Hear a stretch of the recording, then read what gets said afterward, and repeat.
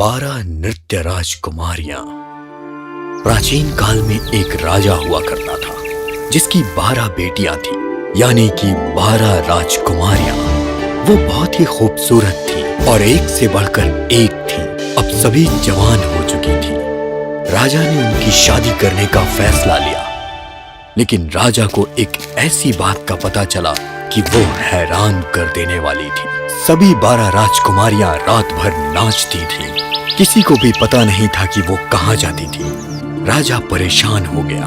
उसने राजमहल के कमरे का दरवाजा बंद कर दिया ताकि राजकुमारियां बाहर ना जा सके। लेकिन उसकी सारी कोशिशें नाकाम हुई, क्योंकि उसने देखा कि रानियों के जूते में छेद थे। वो काफी चिंतित हो उठा और उसने ऐलान किया, जो भी कोई राजकुमारी के नाच के राज के बारे में बताएगा, उसे अपनी पसंदीदा राजकुमारी से शादी करने का मौका मिलेगा और वो मेरे देहांत के बाद राजा भी बना दिया जाएगा। और अगर वो 3 रातों में राज नहीं बता पाया तो उस इंसान को मौत की सजा होगी। ये खबर राज्य के चारों ओर फैल गई। एक राजकुमार आगे आया जो नाच के राज का पता लगाना चाहता था। मैं आपके पड़ोसी राज्य का राजकुमार हूँ और मैं यहाँ आपकी राजकुमारियों के नाच के राज का पता लगाने आया हूँ। राजा ने उसका अपने राज्य में स्वागत किया। रात के भोजन के बाद उसने सोने के लिए एक आलीशान कमरा दिया। वो कमरा राजकुमारियों के कमरे के पास ही था। उसका पलंग ऐसा रखा गया था कि वो रात भर उन पर नजर रख सके और ये पता लगा सके कि वो नाचने कहाँ जाती हैं। राजकुमारियों के कमरे का दरवाजा खुला रखा गया था। राजकुमार अपने कमरे में था, तभी उसके पास 2 राजकुमारियां आईं। उन्होंने उसे शरबत पीने को दिया। राजकुमार ने शरबत पिया और राजकुमारियों की हरकत पर नजर रखने लगा। कुछ देर वो बैठा था, फिर उसका सर उसे भारी लगने लगा और वो सो गया। उसकी आंख सुबह खुली और उसने देखा कि राजकुमारियां नाचकर वापस आ चुकी थीं। ये सिलसिला कुछ और रात चला और चौथे दिन जब फैसले की घड़ी आई तो राजकुमार के पास कोई जवाब नहीं था।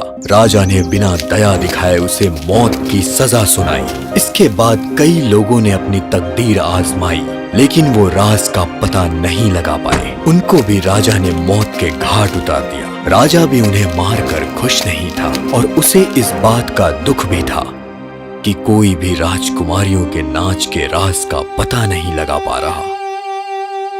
उस राज्य में एक सैनिक था जो जख्मी होने की वजह से सेना को छोड़कर वापस आ गया था। अब उसके पास कोई काम नहीं था, इसलिए वो राजा के नगर की तरफ चल पड़ा। रास्ते में उसे एक बुढ़िया मिली। उसने उसकी मदद की। उस बुढ़िया ने उसका धन्यवाद किया और उससे पूछा, तुम कहाँ जा रहे हो? मुझे कुछ पता नहीं है। मैं सोच रहा था कि राजा के नगर जाऊं। अच्छा, राजकुमारियों के लिए? नहीं, लेकिन इसका राजकुमारियों से क्या ताल्लुक? क्या तुमने राजा का ऐलान नहीं सुना? ओह हाँ, मैंने ये सुना है, लेकिन अगर मैं इस मतलब से वहाँ गया तो मुझे अपनी जान गंवानी पड़ेगी, जैसे कि बाकी लोगों ने अपनी जान गंवाई है। तुम बस वो शरबत नहीं पीना जो वो सोने से पहले देती है। तुम्हें बस उनके सामने सोने का नाटक करना है। ये कह के बुढ़िया ने उसे एक चोला दिया और कहा, तुम जब ये पहनोगे तो अदृश्य हो जाओगे। इससे तुम उन 12 राजकुमारियों का पीछा कर सकते हो। सैनिक ने बुढ़िया का धन्यवाद किया और महल की तरफ चल पड़ा। राजा ने सैनिक का स्वागत किया और उसकी भी अच्छी खातिरदारी की। फिर शाम ढलते ही सैनिक को भी राजकुमारियों के पास वाले कमरे में ठहरने की जगह दी गई। कुछ देर बाद सबसे बड़ी बेटी ने सैनिक के कमरे में प्रवेश किया। आइए राजकुमारी जी। हेलो, तुम्हारा स्वागत है। मैं तुम्हारे लिए शरबत लाई हूँ जो हम सभी की तरफ से है। सैनिक काफी होशियार था। वो सारा शरबत पी गया, लेकिन उसे निगला नहीं, क्योंकि उसने अपनी जुबान के नीचे एक स्पंज रखा था। जैसे ही राजकुमारी कमरे से बाहर निकली, उसने वो स्पंज बाहर निकाल लिया और सोने का नाटक करने लगा। सभी राजकुमारियां उसे सोता देख खुश हो रही थीं और बाहर निकलने के लिए तैयार थीं। जैसे ही वो आगे बढ़ी, सबसे बड़ी राजकुमारी ने पलंग पर टपली मारी और पलंग जमीन में धंस गया। और फिर एक के बाद एक सभी राजकुमारियां वहां से नीचे उतर गईं। सैनिक ये सब देख रहा था। उसने तुरंत वो चोला पहना और उनका पीछा करने लगा। वो सबसे छोटी वाली राजकुमारी के साथ नीचे उतर रहा था। आधे रास्ते नीचे उतरने के बाद सबसे छोटी राजकुमारी घबरा गई। लगता है मेरे साथ कोई चल रहा है। हम अंधेरे में चल रहे इसलिए तुम्हें ऐसा महसूस हो रहा है। चलो आओ। सैनिक ने उसके कपड़े को थोड़ा खींचा तो वो और डर गई। कोई तो मेरे कपड़े को खींच रहा है, मुझे डर लग रहा है। किसी कील में फंस गया होगा, जल्दी से निकालो और चलो।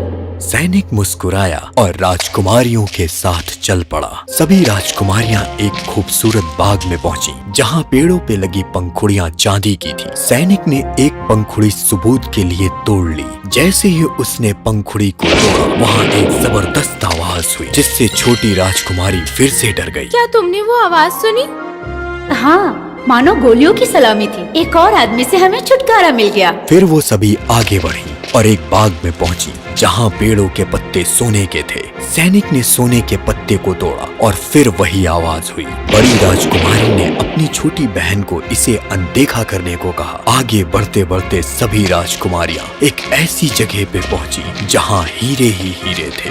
सैनिक ने यहाँ भी एक हीरा तोड़ा। छोटी राजकुमारी को फिर वो आवाज सुनाई दी और वो डर गई। इसके बाद सभी राजकुमारियां एक नदी के किनारे पहुंची। वहां 12 राजकुमार थे। सभी राजकुमारियां एक एक राजकुमार के साथ बैठ गईं। सैनिक छोटी राजकुमारी के साथ बैठ गया। राजकुमारी, आज नाव कुछ ज्यादा भारी लग रही है।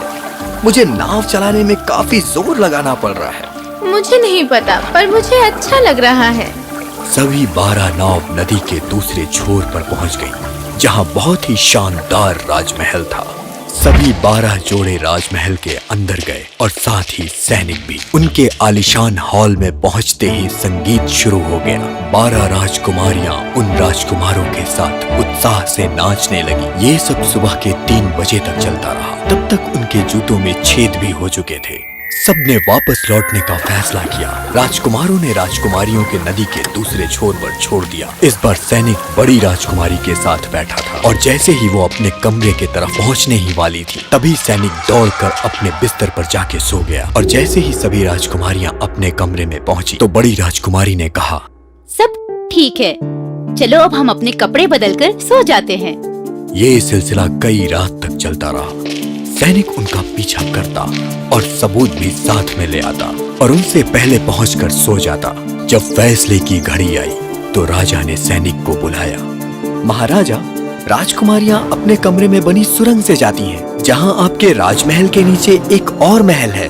उसने राजा को सारी कहानी सुनाई। राजा ने राजकुमारियों की तरफ देखा जो बड़े से पर्दे के पीछे से ये सारी कहानी सुन रही थी। क्या ये सच है? मेरे पास इसका सबूत भी है महाराजा। सैनिक ने राजा के सामने चांदी, सोना और हीरे वाले सबूत रख दिए। राजकुमारियों ने सच्चाई मान ली और राजा से सच बता दिया। राजा को सच्चाई जानकर खुशी हो रही थी। उसने सैनिक का सम्मान किया। तुम मेरी कौन सी बेटी से शादी करना चाहोगे? वैसे तो मेरी उम्र हो चुकी है, इसलिए मैं आपकी सबसे बड़ी बेटी से शादी करना चाहूंगा। राजा ने अपने सेवक को शादी की तैयारी करने का हुक्म दिया और उसी दिन शादी की सारी रस्में पूरी कर दी गईं। मेरे जीवन के बाद इस राज्य के राजा ये बनेंगे। और फिर सभी राजी खुशी रहने लगे।